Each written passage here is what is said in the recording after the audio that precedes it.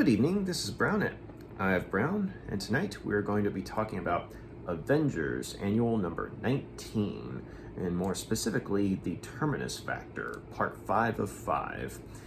And, this is, as, the title would suggest, the last chapter of the Terminus Factor storyline. And it's been a fun ride, and, I am glad I got to, read this particular storyline that came out at a time when I was just a little kid, but I never even knew about it at the time. And so, this is kind of like a blast from the past, and, in some of the best ways possible, and, it kind of, put me in the mindset of, someone, reading something fresh and new at the time. And I liked how this particular storyline, it managed to combine a bit of cosmic horror with traditional superheroics, depending on which chapter of the storyline that it was, and yeah. So also I enjoyed kind of the variety of individual standalone stories in each annual. I mean, it was a kind of a mixed bag. Some stories were better than others, but I did appreciate the variety, and this particular annual is no different. And so I love the just the flair that that's just kind of radiating from this cover here. You basically get the idea that this is the final chapter, and this is the final boss's final form, so to speak, if you're talking like video game lingo. But anyway, though, so the first chapter is called Beat Me in St. Louis. That's the first story in this annual, and the final chapter of the Terminus Factor storyline.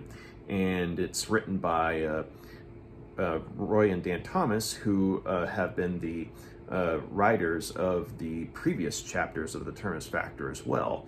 And the artwork is by Herb Trimpe and Jeff Albrecht.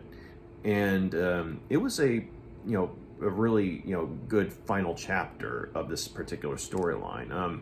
There were guest stars galore, but they were all used in such a way to where their presence made sense in the story. And I also liked how each of the guest stars was given kind of a chance to have their thoughts conveyed. So there was a little bit of character development, even though there was more of a spotlight on some of the big names, like say Captain America, or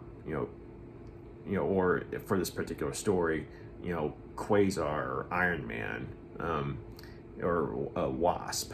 And so like they got kind of the lion's share of the dialogue and thoughts, but all the other guest stars kind of got their brief moment in the sun as well. So even the background heroes, if you will, they felt fleshed out.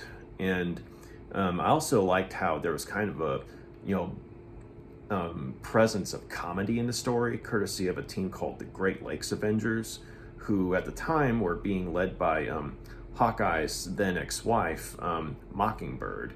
And so you kind of have this team rivalry between the Avengers and Avengers West Coast and the Great Lakes Avengers, because Hawkeye's in Avengers West Coast and Mockingbird was in Great Lakes Avengers. And so, the thing about Great Lakes Avengers is, with the exception of Mockingbird, all the other team members are basically walking jokes. I mean, they have powers and abilities, but they tend to be very inept with them. But somehow they got an Avengers charter or something. And so, basically they're called upon to help out, the Avengers and, taking on this final form of Terminus. And so the situation's bad when, the C and D listers are getting called in.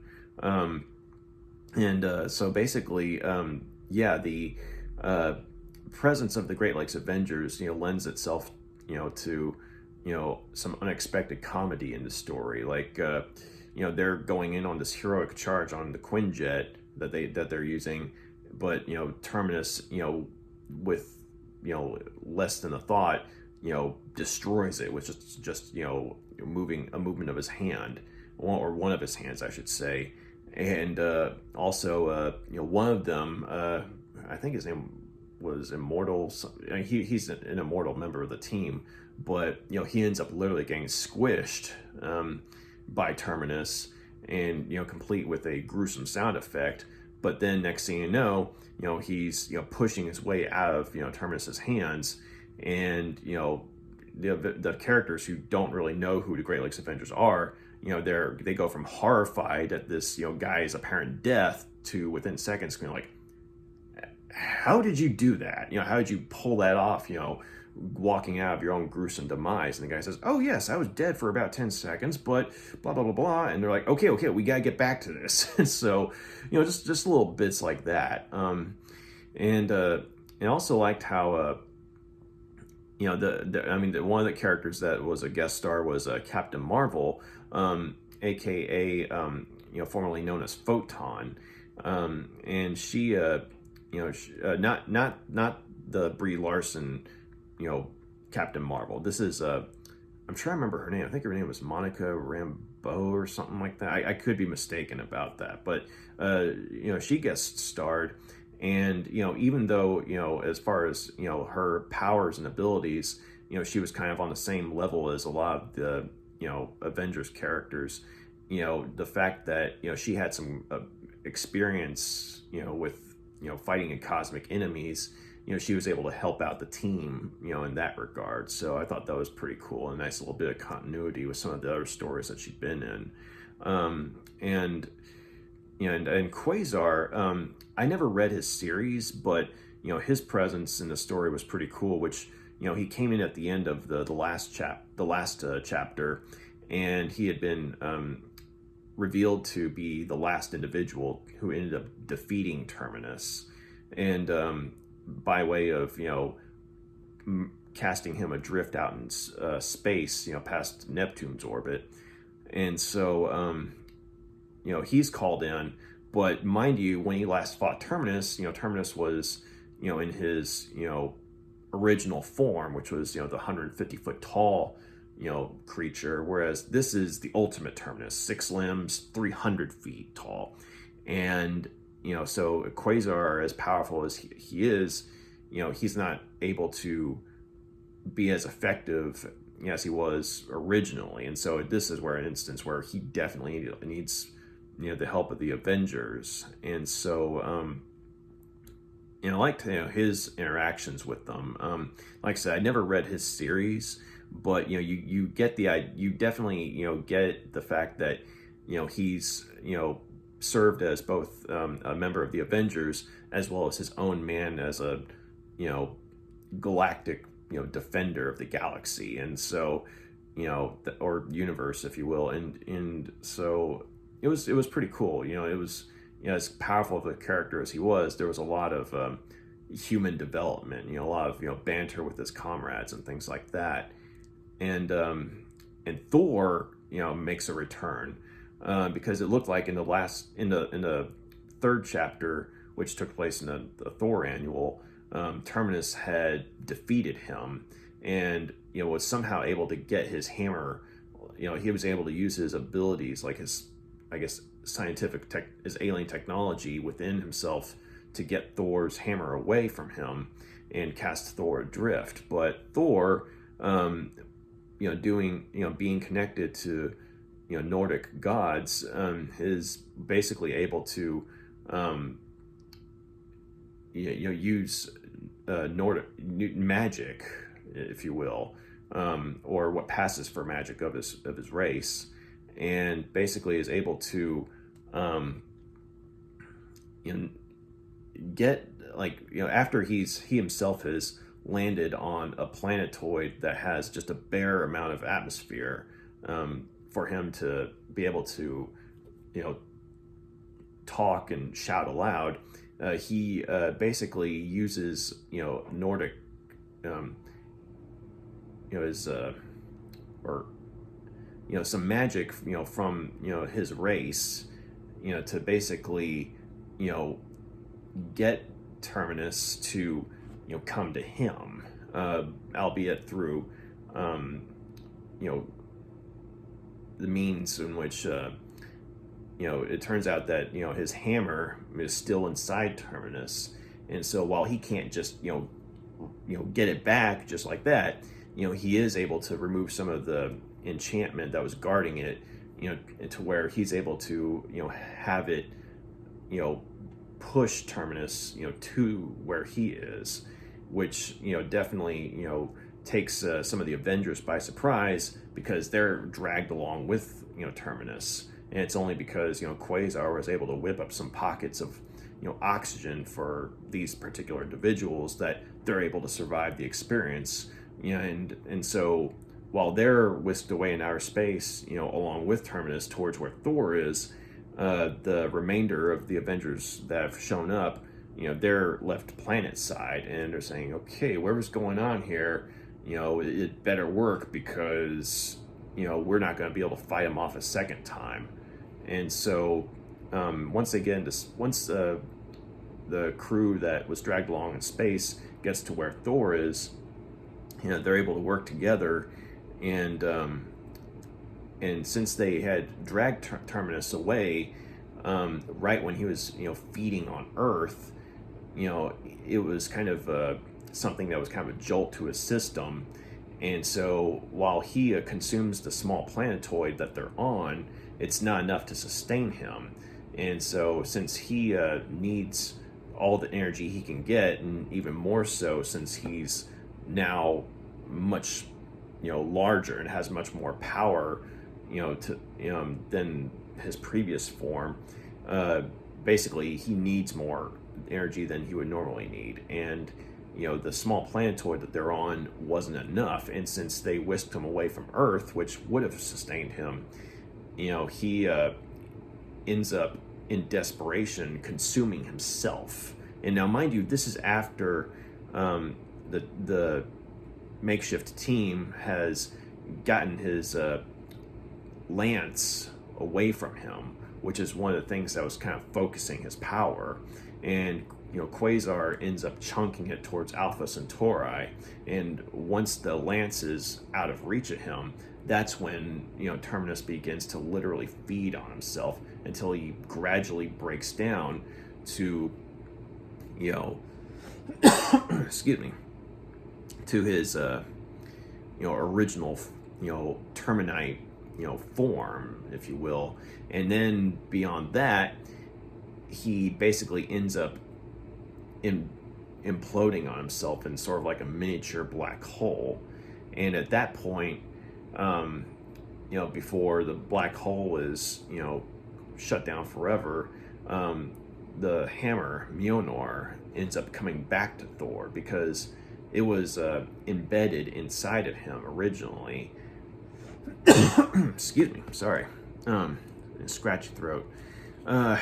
Anyway, though, the hammer comes back to Thor because, due to part of the enchantment, it cannot leave this universe.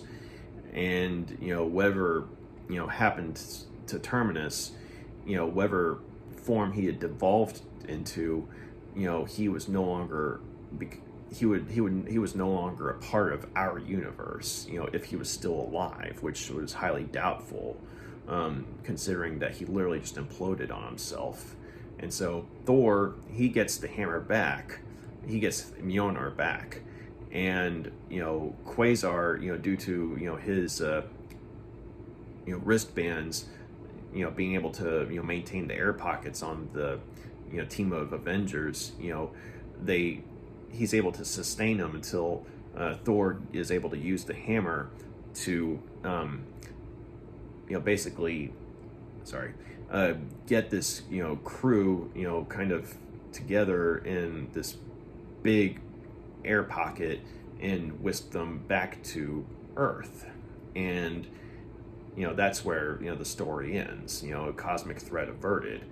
And this was a pretty good way to end the story, in my opinion, because it goes from initially from bad to worse, and then from worse to bad, and then you have the good come in at the towards the end, at the last minute. And you see how this, once again, and you got a makeshift team here coming through, but then they're able to still work together, and you see just how skilled all of them are on their own merits. But once they're working together as a team, that's where they really, I'm not going to say they're unbeatable, but at the same time, they give the enemy some serious competition. And also liked how with the art team of Herb Trimpe and Jeff Albrecht, you have sort of this retro visual vibe mixed with sort of a modern sensibility, because it looked sort of cartoony at times, but at the same time it was just gritty enough to be somewhat realistic.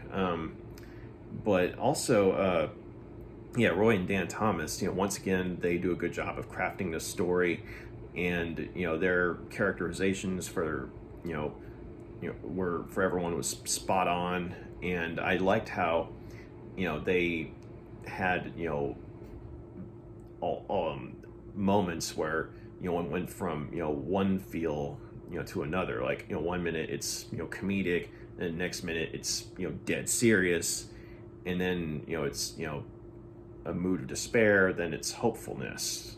So they did a good job of balancing things out in this sort of juggling act of what's going to happen next. And there was a lot of anticipation as to how we're going to end this threat, and they did a good job of having the Avengers end the threat, and they did a good job of ending the story the way they did. So I'm going to go ahead and give Beat Me in St. Louis 4 out of 5 stars.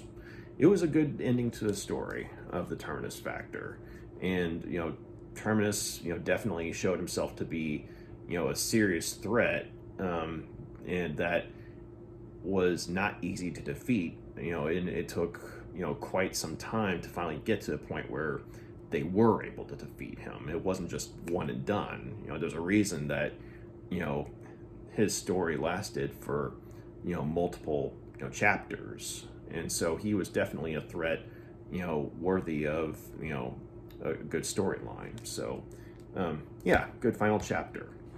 All right, so next up we have the final media watch storyline tied to the Terminus factor, and we have a familiar face showing up, and let's see, what was his name? Andy Rooney. I was about to say Mickey Rooney. I was like, no, Mickey Rooney's the actor, but no, it's Andy Rooney. And so Andy Rooney was a guy who he would always chime in on whatever news channel he was on. And I remember I watched some of this with my parents, but he'd offer his 10 cents on whatever was trending at the time. And sometimes he came across like a spiteful old man. Other times it was kind of like, hey, he actually has some pretty good points there. And so I thought that was pretty cool that they brought him into a story in the Marvel universe. And so it kind of made it feel like this was something that actually happened, and the people at home, the ordinary Joe at home watching this on TV, how would they feel about this this sort of alien invasion that's just transpired, and has just been barely fought off by the Avengers. And in the prior chapters of the Terminus factor, I mean, they always had a media watch storyline or segment to accompany each of the Terminus factor chapters, and they for the most part did a pretty good job of one, serving as a recap of the storyline, but also sort of giving it the perspective of ordinary people watching the story as it develops at home, or maybe if they're at a pub or something and it comes on TV, that kind of thing. And so this was a nice little final chapter of Media Watch. It was written by Dwayne McDuffie, good writer, and the artwork was by Jim Reddington and Andy Mushynsky, and they did a pretty good job of. I mean, there's not really a lot to do in the story. It's sort of like just a talking head story. But I will say that they did a good job of getting the likeness of Andy Rooney down, and it looked like Andy Rooney was actually doing his usual thing. A few minutes with Andy Rooney, and the expressions on his face, they did a good job of showing what kind of mood he was in, and the way his dialogue was written, it actually sounded like a segment that he would do if the Terminus invasion had actually happened. And he's asking where certain everyone knows where they were when the power went out, because apparently that's one of the things that happened that wasn't really covered in the main storyline. It was just that one of the incidental side effects of the Terminus invasion was that the power went out in a lot of parts of the country. And so he's like, everyone remembers where they were when Kennedy was shot, but now that's only in a certain age group, the older audiences, whereas now the younger audiences are gonna be asked where were you when the power went out. And so I liked how he sort of used that to convey the I guess the mindset, the changing mindsets of the audiences and generations that are watching the news. And so it was a nice little bow to be tied off at the end, I guess you could say. And so I'll go ahead and give this final chapter of Media Watch 4 out of 5 stars. It was good, and also I liked the bit at the end where he answers his own question of where were you when the power went out, and he says that I'll go ahead and show you where I was when the power went out, and it shows him in a little more festive attire, talking about his shoes, and, for whatever segment it was he was doing beforehand, and suddenly the power goes out, and you hear some people in the background going, hey, what's going on, blah blah blah blah, and all that. And so it's just kind of funny how he was they did a good job of showing that Andy Rooney could occasionally make fun of himself, and so it's like, yep, there I was talking about shoes and I looked ridiculous, there we are. So it was like an unexpected little surprise to have him in a Marvel story, or at least his kind of a caricature, if you will. But it was fun. So yeah, 4 out of 5 stars. A nice final Media Watch. Okay, so now we're getting near there were 3 more stories in here, and there was the third story was called the Acts of Vengeance Epilog. And so the thing about Acts of Vengeance, that's a storyline, a multi-issue crossover that was going on around the same time, I think, that the Terminus Factor was, like in 1990. I could be mistaken about the year, but I remember there were a few comic books I read a while back that were tie-ins to that. And while I kind of got the basic gist of it, in the sense that there was this massive gathering of villains, and there were certain members of them who were kind of pulling the strings and having it set up to where they were trying to throw the Marvel heroes off their game, because they were having it to where villains that certain characters had never fought before ended up going up against them. And like you would say, I don't know, you might have, I don't know, like a Magneto going up against Spider-Man of all people, or Moon Knight and Punisher going up against Taskmaster and things like that, and or a Hulk going up against the Grey Gargoyle. And I'm just going off of stuff I remember off the top of my head, but So anyway, though, I do find it. It was. I mean, it was a fascinating little story in the sense that even if you hadn't read any of the any of the crossovers with Acts of Vengeance at all, this was kind of now. Even though it was a final chapter, they did a good job of giving you like a Marvel Universe wide recap, if you will. And it was written by Mark Gruenwald, who was a really exceptionally good writer. He wrote a series called Squadron Supreme. Check that out. Highly recommend it.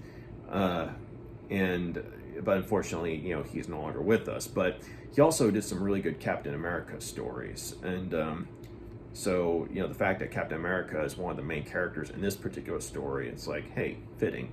But anyway, the artwork was by Vince Mielcarek and Bob Downs, and it was good moody artwork, very down to earth, realistic looking. And so even though like you had certain characters who, I mean, yeah, they're wearing their uniforms and their costumes and what have you, due to like the lighting and shading and whatnot, they looked rather realistic, or if they had stepped into real life, or how they might look in that regard. But also because of the nature of the story, the lighting was a little more ominous, and you had Captain America with a couple of other characters catching up on what was going on, because I mean, yes, the good guys won at the end of the day, but they ultimately all got caught with their pants down, because this group of villains, who it turns out had been led by Loki of all people, had basically just played a card that the heroes weren't expecting. They weren't planning on going up against foes that ordinarily they didn't go up against, and so and they were talking about, okay, what can we do to fix this, and so, or what can we do to better prepare for this. And so I like this particular story because even though like I said, I only read a couple of individual issues that dealt with Acts of Vengeance, I never read the overall story. But okay, I mean, another thing I remember is Punisher ended up crossing paths with Doctor Doom. I do remember. That was actually a pretty good story. Sorry, I'm just remembering this stuff as I'm talking about it. But anyway, though, yeah, it was a good little. I mean, it was an epilogue, but for a storyline that had happened before the Terminus factor. And so, I mean, some of the impact might have been lost in the sense that I didn't read all the, crossover chapters, which were a lot. But at the same time, because, Mark Gruenwald did such a good job of, basically, recapping everything that went on in one standalone story, and it was, he was also writing from the perspective of, Captain America and a couple of other Avengers who, were clearly worn out, and weary from, going through this experience. And, so they basically, you come across as like very, human-driven narration. Like these weren't all powerful, all successful heroes. I mean, these were guys who, I mean, yes, they won the battle, but they had some damage done to them, and they're trying to figure out what they can do to rectify that in the future. And so, I appreciated that little bit of, hey, just because the sun came up, that doesn't mean everything's okay, that kind of thing. So it was a good, I mean, I'll say it again. It was a nice little recap. And it also showed, some of the higher ranking Avengers in a more vulnerable light. And so I'll go ahead and give the Acts of Vengeance epilogue 4 out of 5 stars. I mean, ordinarily I might give something like this, like an epilogue in a storyline I hadn't even, really come across or read, with a few exceptions. I probably would have given it 3 out of 5 stars, but, they did a really good job of, actually telling you everything that happened in just one story. And yet, conveying the psychological toll that took on, certain characters. And so that's why I'm giving it 4 out of 5 stars instead of 3.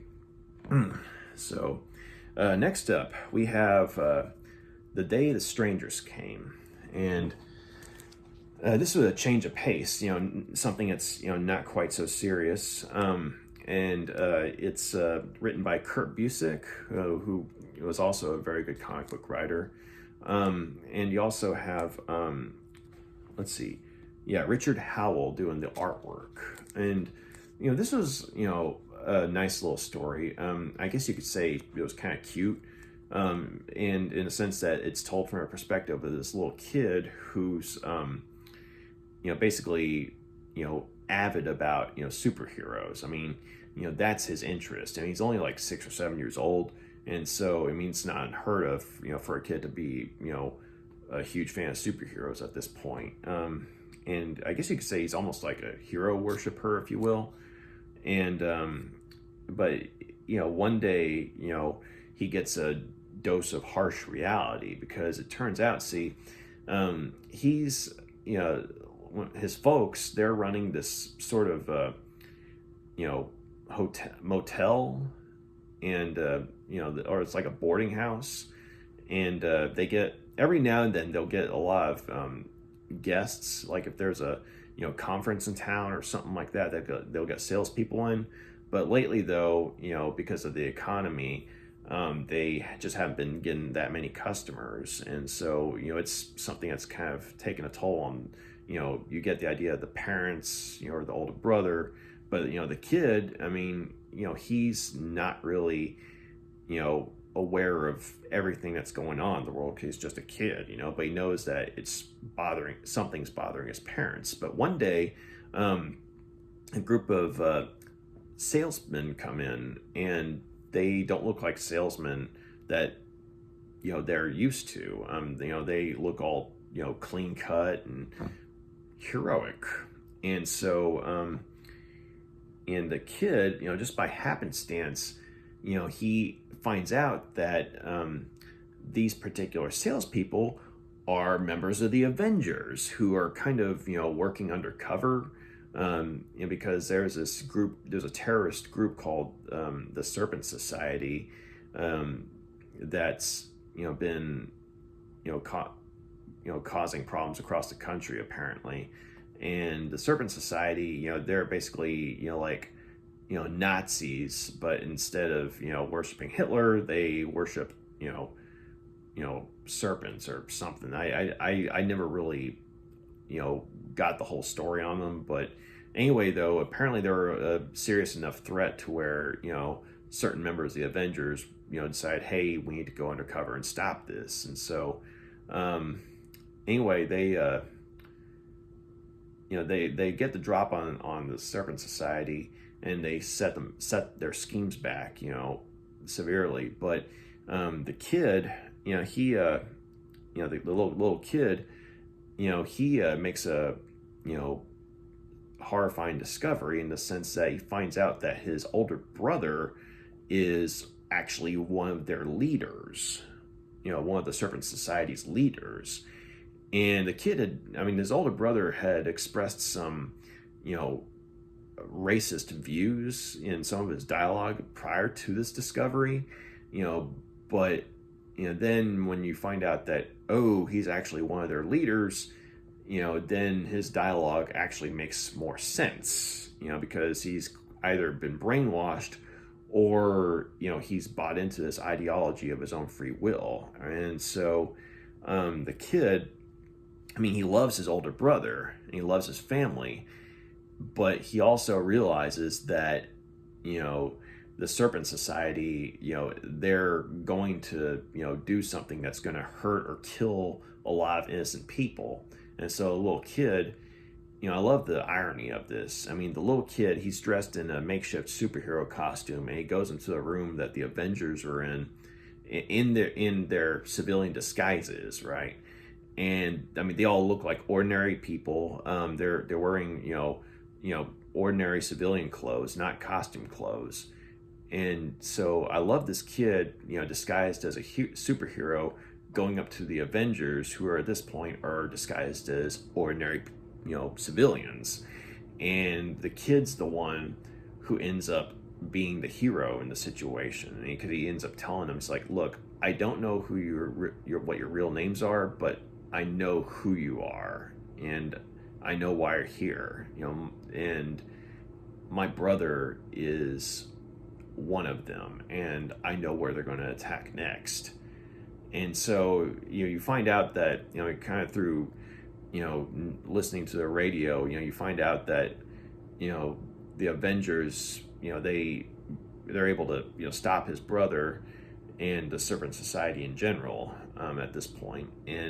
But it cuts to the kid, and you see how he's taking down all his superhero posters and putting them kind of in the trash, and he's looking really sad, really depressed. And this is just a 6 or 7 year old kid, mind you, but but I loved how they wrote him to where, as young as he was, I mean, he realized that he did what needed to be done in order to save lives. Basically, he was the hero. He became the hero that he always pretended to be, when he was playing.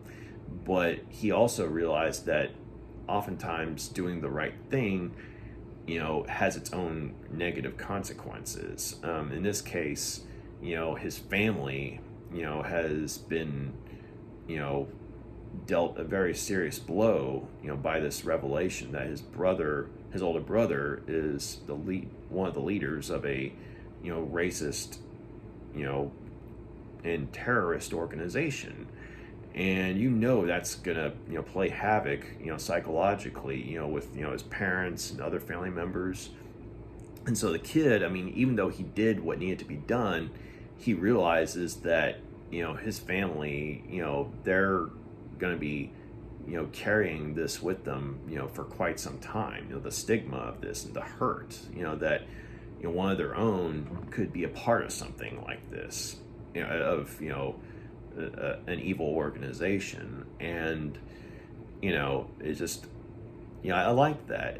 It kind of made me think of the storyline in the Iron Man annual of the the Terminus Factor, the Devil's Playground, I think it was called, where you see a similar story where it's kid is basically in awe of superheroes, or in this case Iron Man, but it was just a cute standalone story, with just kind of went from fiction to reality, according to the kid's perspective. But in this particular story, this the day the strangers came, I really liked how Kurt Busiek, I mean, it was he overall created a cute little story, because I mean it's being told from a perspective of a little kid. But at the end, though, he gave the reader and the kid a light bulb moment, that I mean, as fun as the story was, it also showed the downside of reality rearing its ugly head. And it's like, hey, being a hero isn't all fun and games. I mean, there are times where you have to do things that might be the right things to do, but you are going to have to suffer some consequences at times. And so yeah, I actually liked that. I appreciated that a little bit of I guess you could say real world consequences coming into play. And also Richard Howell, I mean, his art style in this story was very cartoonish, and initially I was kind of iffy on whether I liked it or not. I mean, I wouldn't say it was top-notch art, and the way he drew adults, I mean, it looked really cartoonish. But then again, considering that the story's being told from a perspective of a little kid, it kind of made sense. And also, I will say that, much like, how the story was written towards the end, where, you had that, light bulb, real world type moment come in. Richard Howell did a really good job of, showing, the kid learning this lesson, just through facial expressions. And so you go from something that looks all cute and funny to, a sad, serious moment, just through, the look on the kid's face. And I thought that was a nice touch. So I'm going to go, I mean, it was as short of a story as it was. I'll go ahead and give The Day the Strangers Came, 4 out of 5 stars. It was a nice little story, good standalone story.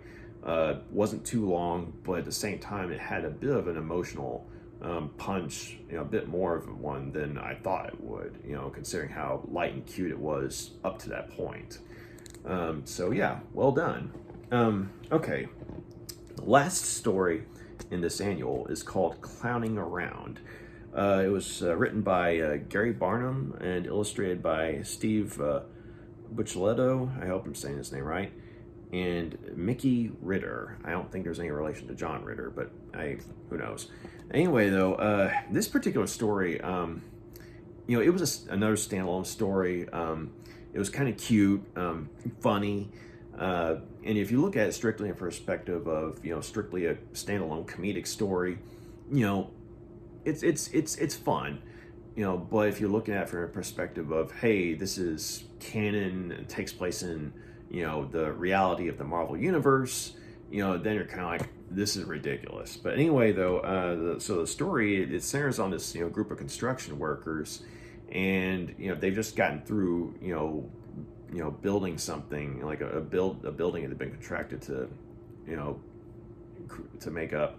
And a group of Avengers comes in, and, they're, being shown around, this newly built facility. Excuse me.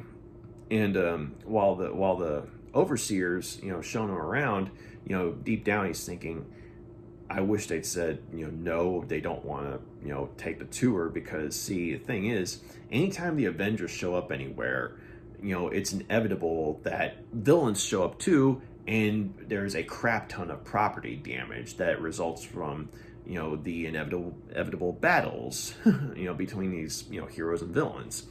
And so while this overseer's, showing them around, or the foreman, that's the word I'm looking for, sorry, the foreman.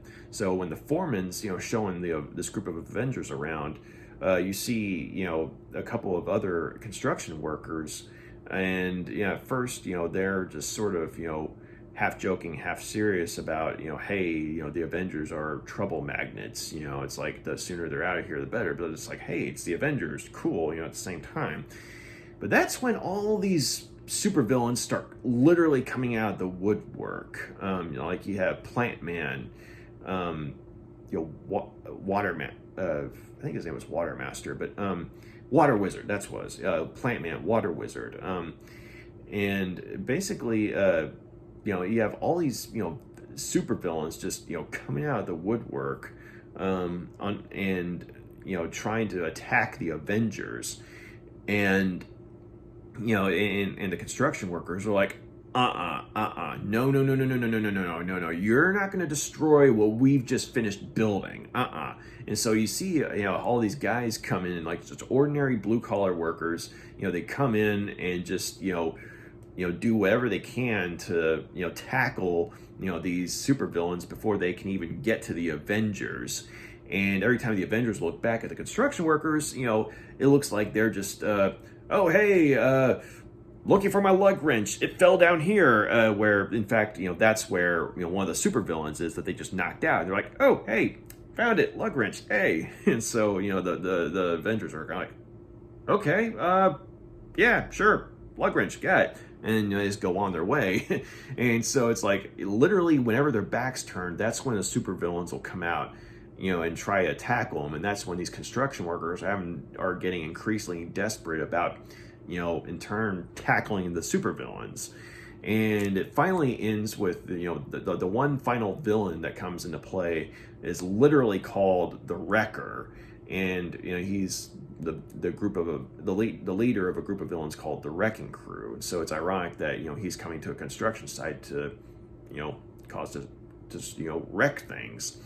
And so at this point of the construction workers, they're like, okay, dogpile the guy. And so it's like they literally just, dogpile him. And and so by the time, the Avengers, they turn around again, it looks like the construction workers have just, dumped and just used a dump truck to, offload something, which in fact they just dumped a whole bunch of debris on the Wrecker.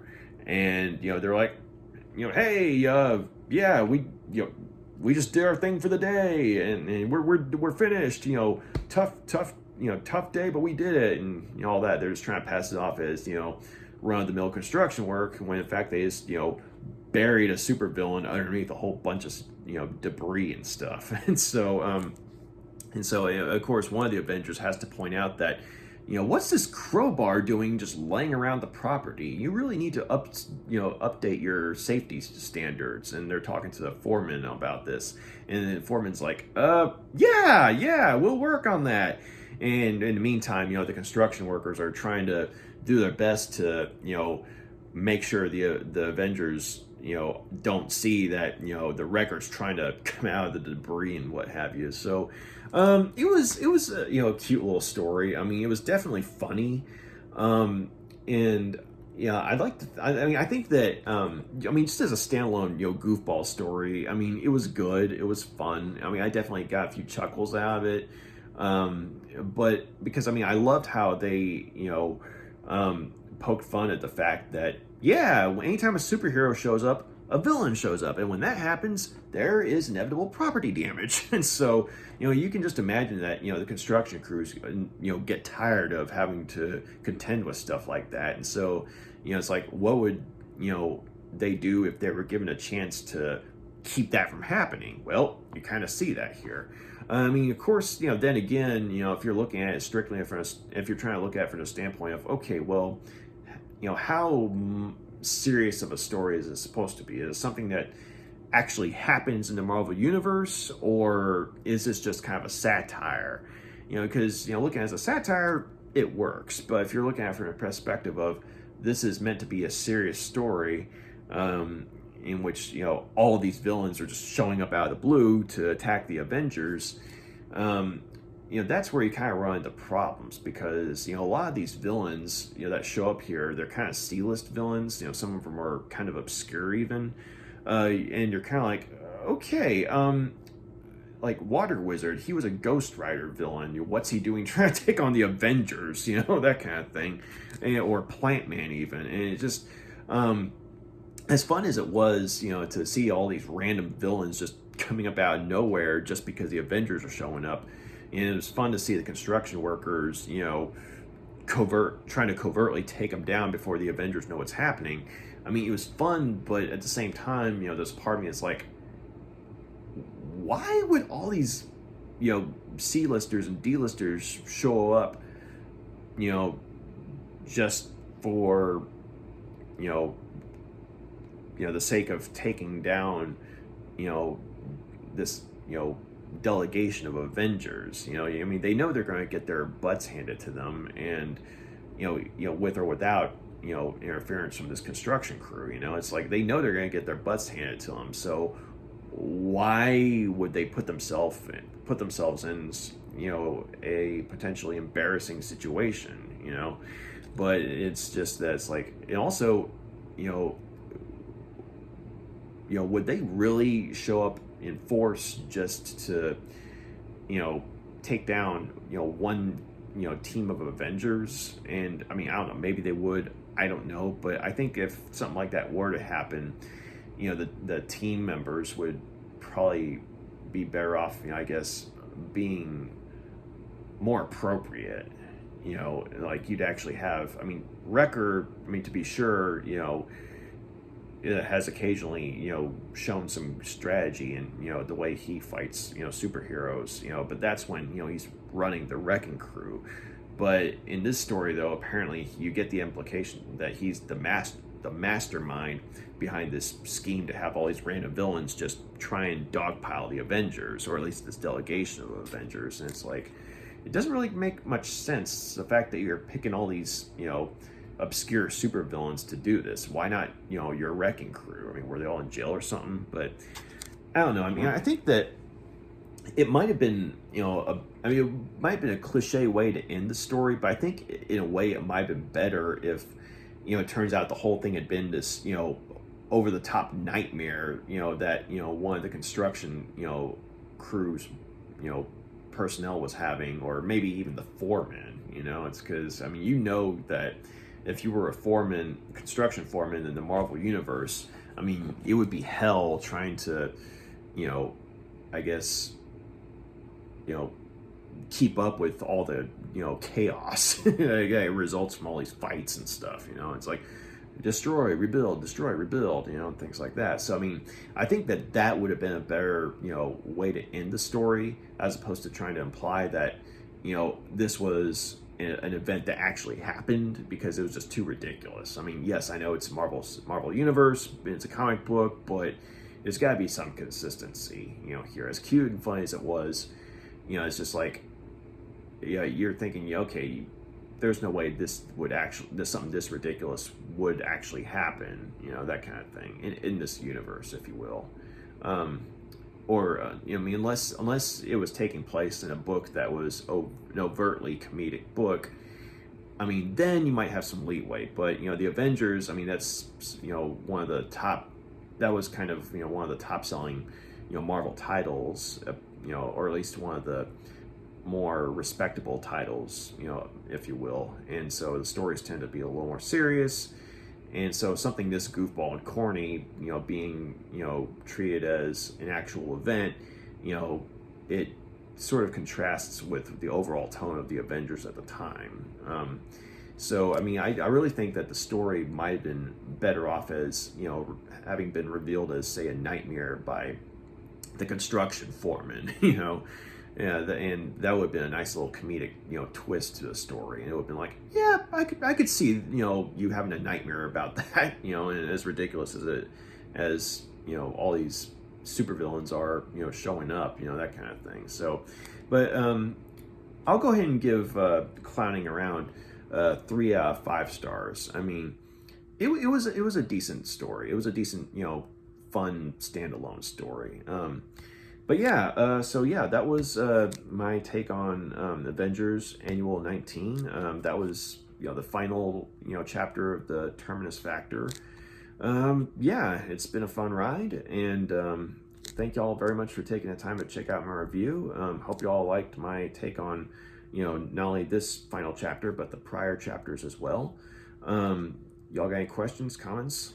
Drop a line, let me know. Y'all have a good night. Bye.